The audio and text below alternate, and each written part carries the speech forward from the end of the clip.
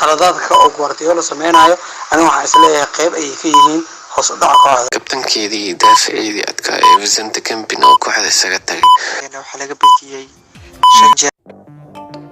fadlan subscribe saar.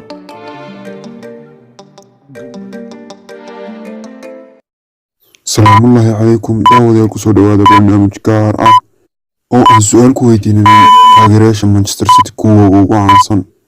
Su-aashan ayaa waxay odhanaysaa kooxda Manchester City sanadkan maxaa hoos dhaca ugu wacan ama ka fogeeyay hoggaanka horyaalka Premier League. fikirkeyga arinta hoos u dhaca kooxda sanadkii hore kooxda waxaa laga badiyay kaliya Premier League ee 4 ciyaarood ee lumisay oo laga badiyay seasonkan hadda kala barmarayna waxaa laga badiyay 5 jeer.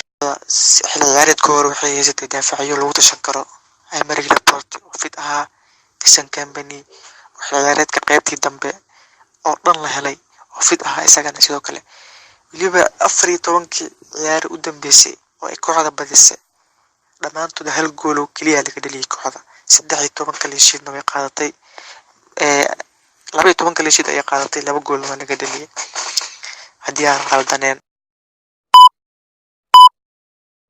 magacaygu waa Cabdikaafi Axmed Maxamed. su-aashaada ahayd Manchester City sanadkan maxaa hoos u dhaca u keenay.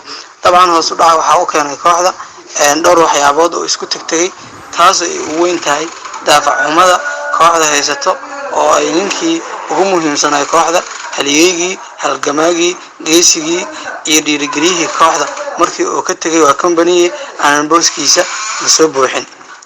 midda labaadna waxay tahay Emery Laporte oo qudhiisa ah daafac kale oo muhiim ah oo laf dhabar kooxda u ahaay guulaheedii labadii sano ee la soo dhaafay ay sameeynayay inuu asagana dhaawac aad iyo aad daran oo ku maqnaay. dabcan Manchester City qaybtaas markii laga soo tago haggaas ah qaladaadka oo Guardiola sameynayo aniga waxaan isleeyahay qayb ay ka yihiin hoos u dhaca kooxda. waxaan arkaysaa Guardiola in shaxda oo garoonka ku soo galayo ay tahay shax aad iyo aad mararka qaar u kala maaragtay daadsan qaybta daafaca iyo waxyaabaha dhan waxaad u moodaa asaga marka shaxda mararka qaar inay asaga ka khaldamayso qudhiisii oo ahaa maamulihii kooxda.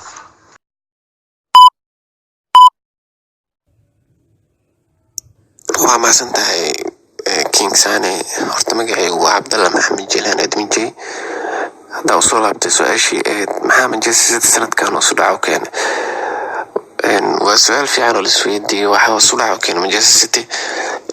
tan ugu horeyso Manchester City hoos u dhaca u keentay wuxuu ahaa kabtankeedii daafaceedii adkaa ee Vicente Campino oo kooxda isaga tagay.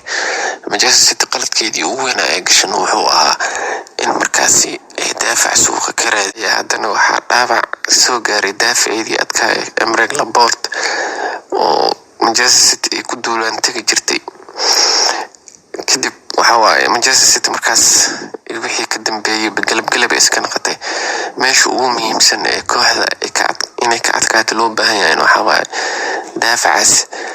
sida kale Manchester City waxa waaye aad iyo aad way duulaan tagtaa way weerar tagtaa way adag tahay sida Manchester City gool loogu celsho laakiin waxaa kasii fudud in gool laga dhalasho Manchester City sanadkan maadaama daafaceedu uu saas